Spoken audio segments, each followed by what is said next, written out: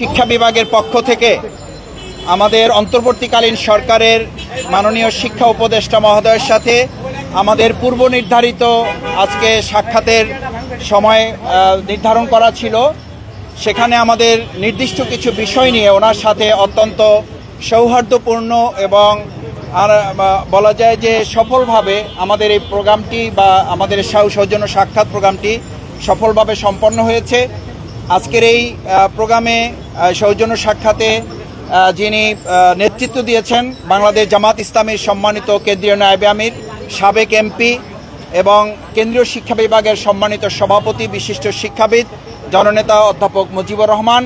তার সাথে আমাদের এখানে এসেছেন আমাদের আদর্শ শিক্ষক ফেডারেশন, যেটা তার সম্মানিত জেনারেল সেক্রেটারি বিশিষ্ট শিক্ষাবিদ অধ্যাপক ফজলুল করিম আছেন, আমাদের কেন্দ্রীয় শিক্ষা বিভাগের মেম্বার সেক্রেটারি সদস্য সচিব বিশিষ্ট শিক্ষাবিদ আমাদের শ্রদ্ধাভাজন ডক্টর ইকবাল হোসেন ভূঁইয়া আছেন, অধ্যাপক নুরুন নবী মানিক সিটি কলেজের সম্মানিত অধ্যাপক এবং মহানগরী কর্মপরিষদের সদস্য, আমি ডক্টর শফিকুল ইসলাম মাসুদ কেন্দ্রীয় কর্মপরিষদ সদস্য, ঢাকা মহানগরী দক্ষিণ জামাতের সেক্রেটারি সহ আমাদের মাঝে আর উপস্থিত ছিলেন, উনি আরেকটি কাজে সচিবালয়ে এখনও আছেন, আমাদের সাথে মিটিংয়ে ছিলেন প্রফেসর ডক্টর কোরবান আলী সাবেক ভাইস চ্যান্সেলর সহ আমরা বেশ গুরুত্বপূর্ণ অনেকগুলো বিষয় শিক্ষা সংক্রান্ত, শিক্ষক সংক্রান্ত বিষয় আলোচনা হয়েছে। স্বতন্ত্র মাদ্রাসা ইবতেদায়ী মাদ্রাসা সংক্রান্ত আলোচনা হয়েছে, এমপিও নন এমপিওভুক্ত বিষয়গুলো নিয়ে গুরুত্বপূর্ণ আলোচনা হয়েছে, জাতীয়করণের বিষয়ে আলোচনা হয়েছে,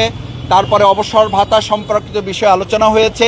এরকম যে বিষয়গুলো আলোচনা হয়েছে আমাদের মাননীয় উপদেষ্টা মহোদয় সময় দিয়ে মনোযোগ সহকারে তিনি কথা শুনেছেন এবং আমরা লিখিত ওনাকে একটা আমাদের পক্ষ থেকে প্রস্তাবনা পরামর্শ আকারে সেগুলো ওনার কাছে দিয়েছি, যেগুলো নিয়ে ইতিমধ্যে রাজপথে আপনারা দেখেছেন যে শিক্ষকবৃন্দ দিনের পর দিন মাসের পর মাস অন্তর্বর্তীকালীন সরকার মানুষের অনেক প্রত্যাশা যেমন পূরণ করছে, শিক্ষাবিদ শিক্ষক ছাত্রছাত্রী শিক্ষা প্রতিষ্ঠানগুলো আপনারা জানেন যে বিগত ফ্যাসিস্ট সময় সরকারে সবচেয়ে বেশি ক্ষতিগ্রস্ত এবং ধ্বংস করা হয়েছে যে ডিপার্টমেন্ট, সেটা হচ্ছে শিক্ষা বিভাগ।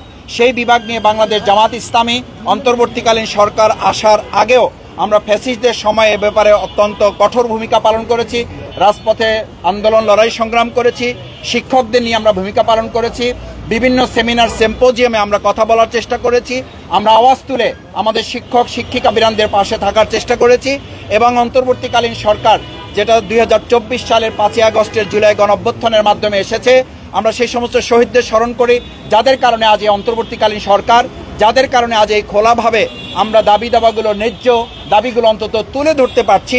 সেই শহীদ আহত পঙ্গুত্ব পরিবারগুলোকে স্মরণ করে এ পর্যায়ে আপনাদের সামনে আজকে মাননীয় শিক্ষা উপদেষ্টা মহোদয়ের সাথে যে ফলপ্রসূ বৈঠক হয়েছে, অত্যন্ত সৌহার্দ্যপূর্ণ পরিবেশে তিনি মনোযোগ দিয়ে সময় নিয়ে আমাদের কথা যেগুলো শুনেছেন এবং আমরা যে কথাগুলো তার সামনে উপস্থাপন করেছি সে ব্যাপারে সংক্ষিপ্ত ব্রিফ করবেন আজকের এই প্রতিনিধি দলের সম্মানিত নেতা, কেন্দ্রীয় নায়েবে আমির, সাবেক এমপি, কেন্দ্রীয় শিক্ষা বিভাগ বাংলাদেশ জামাত ইসলামীর সম্মানিত সভাপতি, বিশিষ্ট শিক্ষাবিদ জননেতা অধ্যাপক মুজিবুর রহমান আপনাদের সামনে এখন কথা বলছেন।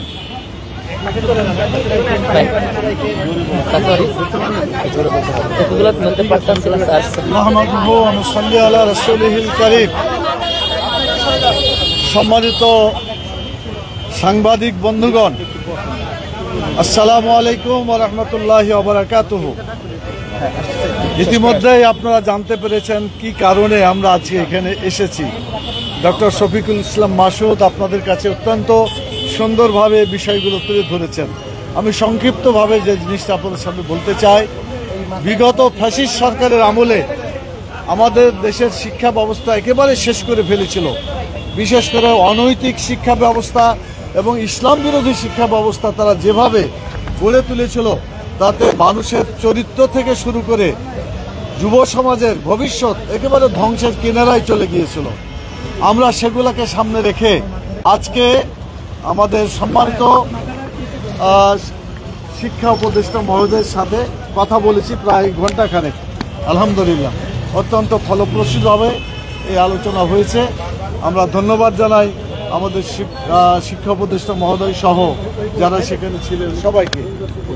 প্রথম যে কথাটি আমরা বলতে চাই সেটি হল আমাদের দাবি ছিল যে একটা দেশের শিক্ষা ব্যবস্থাটাই হচ্ছে সত্যিকারভাবে সেই জাতিকে গড়ে তোলার একমাত্র মাধ্যম। এজন্য বলা হয় শিক্ষাই জাতির মেরুদণ্ড। কিন্তু শিক্ষা যদি জাতির মেরুদণ্ড হয় তাহলে ওই শিক্ষার মেরুদণ্ড হবে শিক্ষকেরা। অতএব শিক্ষকরা যদি না দাঁড়াইতে পারে শিক্ষা ব্যবস্থা ঠিকমতো কায়েম হতে পারে না, আর জাতিকে গঠনও করতে পারে না।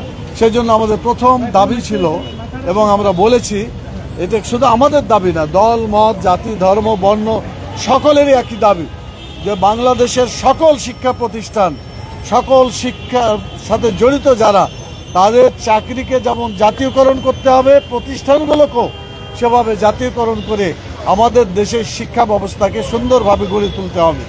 এই ব্যাপারে তিনি বলেছেন যে আমরা এর আগেও দাবি শুনেছি, আপনাদের পক্ষ থেকে শুনলাম, এটা আমাদের আলোচনার মধ্যে আছে, আগামীতে আমরা আলোচনা করব। দ্বিতীয় যেটা ছিল সেটা হলো শিক্ষকেরা থাকবে ক্লাসরুমে, তারা মাঠে ময়দানে কেন এসে না খেয়ে প্রেস ক্লাবের সামনে অথবা অন্য কোনো জায়গায় তারা এভাবে বিভিন্নভাবে অনশন ধর্মঘট থেকে শুরু করে অনেক কিছু করছে। এটা যাতে করতে না হয়, তাদের সাথে সম্মানজনকভাবে যাতে আলোচনা করে বিষয়গুলোকে ঠিক করা হয়। আমরা নন এমপিও শিক্ষকদের এমপিও যাতে দেওয়া হয় সেজন্য আমরা দাবি করেছি। বিশেষ করে বিগত 17 বছরে যাদেরকে অধিকার থেকে বঞ্চিত করা হয়েছে দলীয় কারণে, অথবা তাদের দলের সদস্য নয় সেজন্য যাদেরকে বঞ্চিত করা রাখা হয়েছে, সেজন্য আমরা বলছি যে সকল অধিকার বঞ্চিত নন এমপিও শিক্ষকদের এমপিও ভুক্ত করার জন্য দ্রুত ব্যবস্থা নেওয়ার জন্য তারা এটাকে দেখবেন। এবং অবসর ভাতা বিভিন্ন কারণে যে সমস্ত শিক্ষক অবসরে গিয়েছেন, সাথে সাথে পাওয়া উচিত ছিল। আশা করে পরিবার ছেলেমেয়েরা আশা করে অবসরে গেলেই যাতে টাকাটা পেয়ে যায়। প্রায় 50,000 এরকম শিক্ষক আছেন যারা অবসরে গিয়েছেন, এবং স্বতন্ত্র ইবতেদায়ী মাদ্রাসা, সেখানেও যাতে তাদেরকে একই মানে এমপিওভুক্ত করতে পারে এবং তাদের অধিকারগুলো পূরণ করতে পারে, সেজন্য আমরা দাবি করেছি। এবং তারা যে আশ্বস্ত করেছেন যে ইনশাআল্লাহ এগুলো দেখা হবে এবং সত্যিকারভাবে যাতে এমপিওভুক্ত করা যায় সেটা আমরা চেষ্টা করে দেখব। আর সিলেবাসের ব্যাপারে একটা আমরা কথা বলেছি, সিলেবাস যদি ভালো হয়, কারিকুলাম যদি ভালো হয়, তাহলে সেটাই হবে সত্যিকারভাবে একটা জাতির জন্য প্রকৃত মাইল ফলক। সে ব্যাপারে আমরা প্রস্তাব দিয়েছি যে সকল ধরনের শিক্ষা প্রতিষ্ঠানের, সকল নেচারের, হাই স্কুল কলেজ বিশ্ববিদ্যালয় থেকে শুরু করে মাদ্রাসা এবং সব ধরনের শিক্ষা ব্যবস্থা প্রতিনিধি নিয়ে একটা জাতীয় কমিটি করে সিলেবাস প্রণয়ন কমিটি করবে, যাতে এদেশের জনগণের প্রত্যাশা অনুযায়ী একটা বই পুস্তকের এই সিলেবাস গঠন করা যায়। আমরা এই কথাগুলো বলেছি, তারা মন দিয়ে শুনেছেন এবং আগামীতে দেখবেন বলেছেন। আমরা আশাবাদী আমাদের এই কথার মাধ্যমে গোটা দেশ এবং জাতির প্রতিফলন হবে এবং আগামী দিনে বাংলাদেশ একটা সুন্দর রাষ্ট্রে পরিণত হবে এবং শিক্ষা ব্যবস্থা ইসলামীকরণের মাধ্যমে যাতে এদেশে ঈমান আকীদার অনুযায়ী শিক্ষা ব্যবস্থা গড়ে ওঠে, সৎ এবং আলোকিত মানুষ তৈরি করার যে শিক্ষা ব্যবস্থা, এই ব্যবস্থা প্রণয়নের জন্য আমরা বলেছি। ওনারা দেখবেন বলে কথা দিয়েছেন। আমরা আশাবাদী ইনশাআল্লাহ এগুলোর ব্যাপারে সুবিবেচনা করা হবে।